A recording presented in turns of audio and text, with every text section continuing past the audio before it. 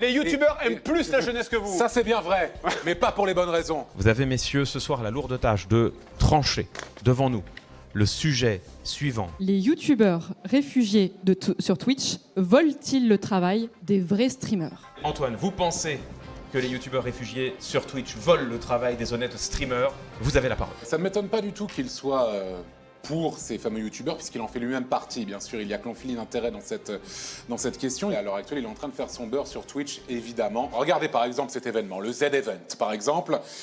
Ici, à une époque, c'était à la bonne franquette.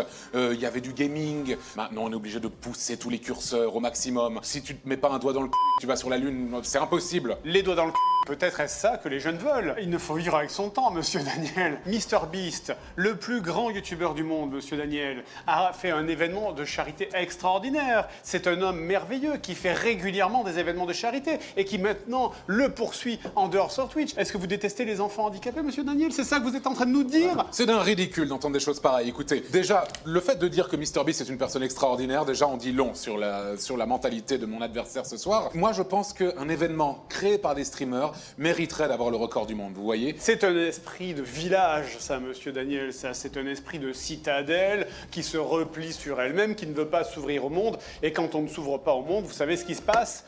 Eh bien, on reste enfermé. Cette métaphore est très étrange, mais vous parlez de mes viewers. Mais mes viewers ont tous 70 ans, monsieur Daniel. Ils sont incapables, parce qu'ils ne connaissent personne d'autre, ils sont incapables d'aller ailleurs que chez moi, parce que personne ne les représente. Ces youtubeurs amènent un sang frais, monsieur Daniel, un sang frais, un sang qui périme. Mais non, sur Twitch. justement, vous estimez être du sang frais, monsieur le joueur du grenier. Vous êtes là dans vos habitudes, monsieur Daniel. Vous êtes là depuis 17 ans, Monsieur vous n'êtes pas du sang frais. Depuis combien de temps vous avez prétendu avoir ce nouveau décor, monsieur Daniel? Il n'arrivera jamais, monsieur Daniel. Vous savez très bien, vous n'avez même pas commencé à réfléchir de la cagnotte. Vous entendez ces cornes de brume? Là, c'est le sang de la jeunesse, de la nouveauté, monsieur Daniel. Une jeunesse que vous détestez. Oh non, j'adore la jeunesse au contraire et je veux la défendre. Les youtubeurs aiment plus la jeunesse que vous. Ça c'est bien vrai, mais pas pour les bonnes raisons. Vous ne vivez que dans le passé. Ne croyez-vous vous pas me que dites que cette je suis le course- boomer. Merci beaucoup, incroyable, Merci à vous, merci. Merci à vous. Ce qui me tue, c'est qu'il était trop d'accord avec moi.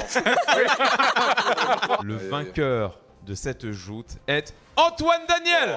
Vous avez choisi le bon candidat, bien sûr. Je ne sais plus parler. Bravo à tous. A few moments later. Information de dernière minute. Quel professionnel. Les urnes ont été bourrées. Le premier tour, on m'a informé dans l'oreillette et qu'elle ne fut pas ma surprise d'entendre qu'en vérité, ce n'était pas Antoine Daniel qui avait gagné, mais joueur du grenier. Le joueur du grenier incroyable. Il n'est plus là, mais on lui dit bravo.